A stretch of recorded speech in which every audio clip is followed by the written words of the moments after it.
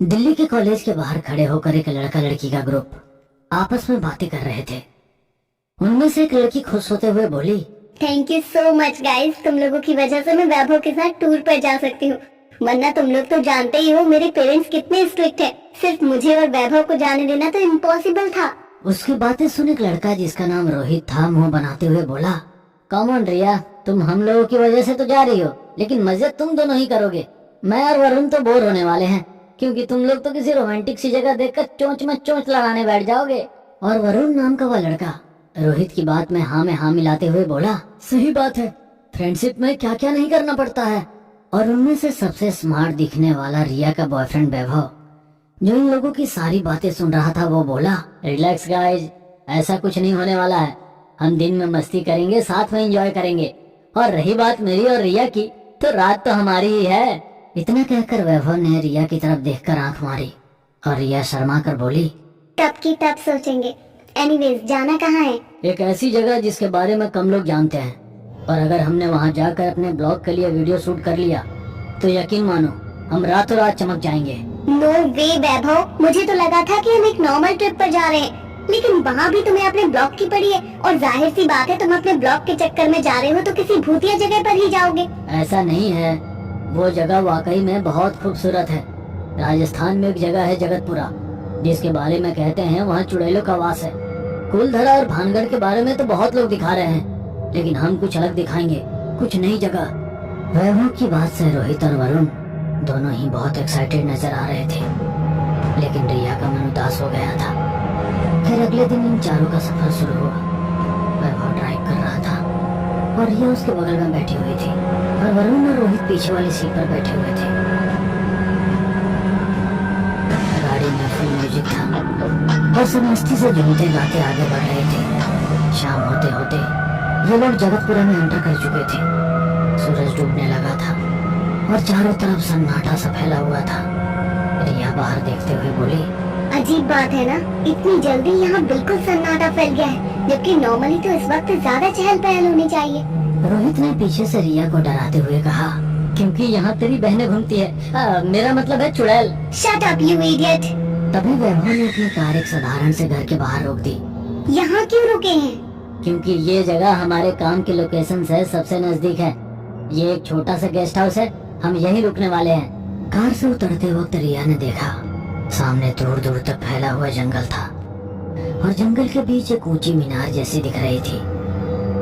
वो इशारा करते हुए बोली, वो क्या है? यही तो है हमारा लोकेशन, जगतपुरा का महल, जहाँ हमें शूट करना है। तुम लोग जल्दी से फ्रेश हो जाओ, कुछ खा पी लो, और हम आज रात ही इस काम में लगेंगे।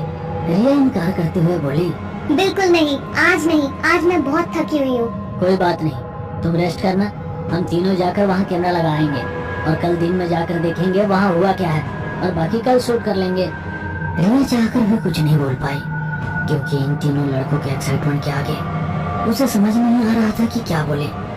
लेकिन उसकी नजर बार बार उस मीनार की तरफ जा रही थी, और रिया को एक अजीब सी सिहरन हो रही थी। जल्दी से सबने खाना पीना खा लिया, और वैभव ने रिया से कहा, रिया तुम एक काम करो, तुम कमरे में जाकर रेस्ट करो, हम तीनों बस थोड़ी देर में आते हैं, उसके बाद यू एंड मी।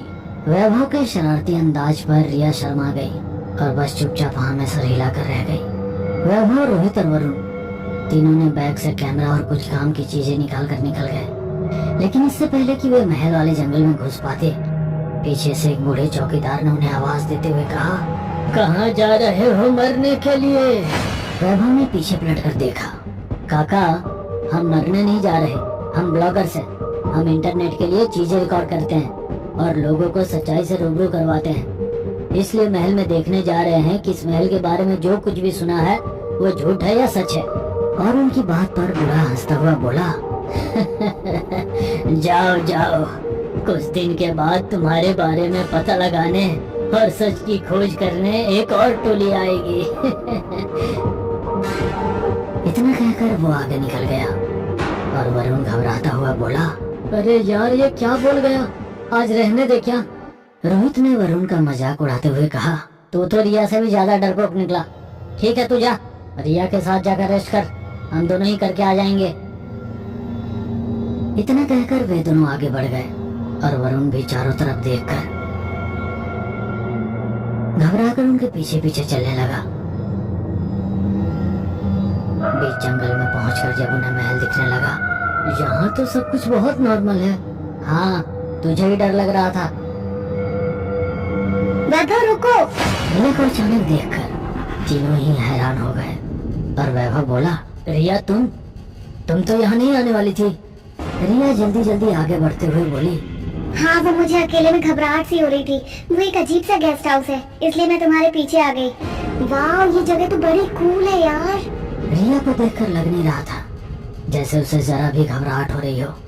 तभी वैभव बोला, हाँ वही तो मैं भी कह रहा था, तुम बेकार में डर रही थी। आओ चलते हैं, आज यहाँ की चुड़ैलों का पता लगा ही लेंगे, और सबके सामने इन चुड़ैलों से भरतनाट्यम न करवाया तो मेरा नाम भी वैभव नहीं। वैभव की बात पर वरुण और रोहित दोनों ही हंसने लगे और रिया उनसे कुछ कदम पीछे खिसकते हुए उनकी तरफ देखकर अजीब तरीके से मुस्कुरा रही थी। वैभव जैसे ही पीछे पलट कर देखा, उसे रिया कहीं नहीं दिखी और वैभव घबरा कर बोला, रिया कहाँ है? अभी तो तेरे साथ थी। वैभव के साथ साथ रोहित और वरुण दोनों ही परेशान हो गए और तीनों रिया का नाम चिल्लाने लगे, रिया! रिया! लेकिन रिया उन्हें कहीं नहीं मिली। इतने में उन्हें महल के भीतर से जोर से चीखने की आवाज सुनाई दी और वैभव बोला, लेकिन ये तो रिया की आवाज है, वो अंदर कैसे गई? वो तो हमारे साथ थी। इतना बोलते हुए वैभव ने बिना सोचे समझे महल के भीतर दौड़ लगा दी। पीछे से रोहित भी भागने लगा, लेकिन वरुण को कुछ ठीक नहीं लग रहा था। वरुण महल की तरफ भागने की बजाय वापस की तरफ दौड़ लगा दिया। इधर महल के बाहर खड़े, लोहे के गेट के बाहर खड़े वैभव और रोहित ने आवाज लगाई, रिया!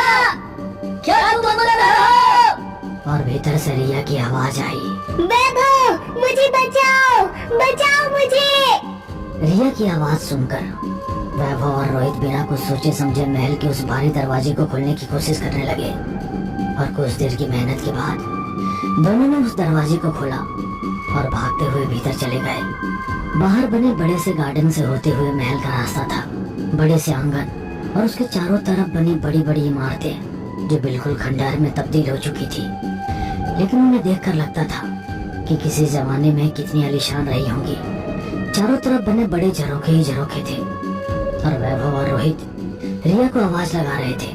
रिया! उनकी आवाज गूंजकर उन्हीं के पास लौट रही थी। तभी रोहित की नजर ऊपर के झरोखों पर पड़ गई और उसने देखा कि भागता हुआ कोई वहाँ से दूसरी तरफ गया है। और रोहित बोला, वहाँ पर कोई है वैभव? मैंने अभी अभी देखा किसी को। हो ना हो यहाँ जरूर कोई गैर कानूनी काम हो रहा है। हॉन्टेड और भूतिया की आड़ में इन लोगों को तो मजे ही मजे हैं, लेकिन हमें इसका पर्दाफाश करना पड़ेगा। रोहित और वैभव दोनों ही महल में और भीतर की तरफ चलते ही गए, लेकिन उन्हें ना तो ऊपर जाने की सीढ़ी मिल रही थी, ना बाहर निकलने का दरवाजा। और आखिर में थककर रोहित बोला, यार हम कहीं फंस तो नहीं गए? कहीं हमने यहाँ आकर गलती तो नहीं कर दी? ये तो भूल भुलैया जैसा है, जहाँ से चलते हैं वहीं पहुँच जाते हैं। तभी उन्हें किसी के आने की आहट सुनाई थी। ऐसा लगा जैसे कोई भारी भारी कदमों से उनकी तरफ आ रहा है। रोहित और वैभव दोनों एक खंभे के पीछे छुप गए और उन्हें देखते ही देखते वहाँ चारों तरफ रोशनी हो गई और उन्होंने देखा एक बड़ा ही लंबा चौड़ा आदमी जो राजा के लिबास में था। उसके आसपास बहुत सी औरतें घूम रही थी। एक सहज 18 साल की लड़की जो जबरदस्ती खींचता हुआ ला रहा था और वो लड़की चिल्ला रही थी। उसके साथ चलने वाली सारी औरतें बहुत खूबसूरत थी। अगर मुझसे शादी कर लिया होता तो इस महल की रानी होती तू, रानी। लेकिन तुझे तेरी औकात दिखानी ही पड़ेगी। तू प्यार से नहीं मानी, अब हम तुझे बताएंगे। वो लड़की गुस्से में बोल रही थी, मुझे छोड़ दे कमीने, मुझे छोड़ दे। भूल मत कि तू किसे अपने साथ लेकर आया है। तू जानता नहीं है मैं कौन हूँ। ये तुझे बहुत महंगा पड़ेगा। तेरे इस पूरे महल को मैं मुर्दा घर में बदल दूंगी। तेरे पूरे महल में जो खूबसूरत नाचने वाली घूमती है ना, फिर सिर्फ और सिर्फ चुड़ैल भटकेगी। तू मौत को तरसेगा। लेकिन वो राजा अपने घमंड में उस लड़की को लिए एक कमरे में घुस गया और उसने दरवाजा बंद कर लिया। और कुछ ही देर बाद उस राजा के चीखने की आवाज आने लगी और वो पूरा महल शोरों शराबों में बदल गया और वहाँ सिर्फ रोने और चिल्लाने की आवाज रह गई। और हैरानी की बात तो ये थी कि रोने और चिल्लाने की आवाज सिर्फ मर्दों की थी और औरतों के हंसने और खिलखिलाने की आवाज आ रही थी। लेकिन उन आवाजों में ऐसी चुभन थी कि किसी की भी रोंगटे खड़े हो जाते। वैभव और रोहित एक दूसरे का हाथ पकड़े खड़े थे। रोहित धीरे से बोला, हमने इस पर बहुत बड़ी गलती कर दी वैभव, अब मुझे नहीं लगता हम यहाँ से बचकर निकल सकते हैं।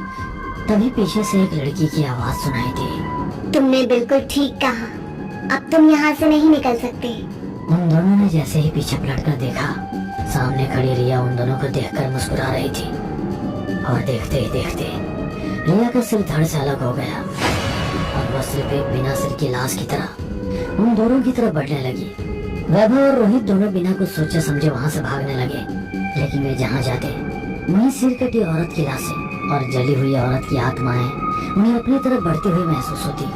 वे चारों तरफ औरतें ही औरतें थी और सब एक साथ चिल्ला रही थी, हमारा शिकार मारो, अपनी प्यास बुझाओ। वैभव और रोहित चारों तरफ से घिर चुके थे और दोनों ही अपना होश हवास खो बैठे और उन्हें पता नहीं चला कि वे कब गिरकर बेहोश हो गए। जब उन्हें होश आया तो अगली सुबह हो रही थी और उनके सामने रिया और वरुण खड़े थे और साथ में वो बूढ़ा चौकीदार। हम लोग मर गए क्या? वरुण हंसते हुए बोला, नहीं, जिंदा हो। वक्त पर बाबा ने तुम्हें बचा लिया, वरना उन चुड़ैलों ने तुम्हें अपना शिकार बना लिया होता। लेकिन ये सब क्या था? तुम जैसे बच्चे जिन्हें लगता है कि तुम ही सब जानते हो और तुम्हारे इंटरनेट की दुनिया को ही सब पता है, वह बहुत सी ऐसी सच्चाई से अनजान है। ये जगत पूरा ऐसे ही चुड़ैलों का घर नहीं कहा जाता। जिस महल से मैं तुम दोनों को बचा कर लाया हूँ, वहाँ का राजा बहुत अय्यास था। वह सिर्फ अपनी अय्यासियों पर ही ध्यान देता था, बाकी जनता से और किसी चीज से उसे कोई मतलब नहीं थी। ऐसे में ही उसकी नजर पड़ी थी एक कम सी लड़की पर, जो कोई मामूली लड़की नहीं थी। उसकी माँ और उसका पूरा खानदान डायन विद्या में निपुण थे, लेकिन राजा को अपनी हवस के आगे ये सब ना दिखा और उसने उस लड़की को अपनी हवस का शिकार बनाना चाहा। लेकिन नतीजा ये हुआ कि राजा अपने पूरे वंश के साथ तो नष्ट हुआ ही हुआ और उसकी महल की तमाम दासियां भी चुड़ैल बनकर भटकने लगी। और तब से हर मर्द में उन्हें वो राजा नजर आता है और वो उन मर्दों को अपना शिकार बनाती है। जाकर दुनिया को बताओ कि हर सुनी सुनाई खबर अफवाह या अंधविश्वास नहीं होती, कुछ जानलेवा सच्चाई भी होती है।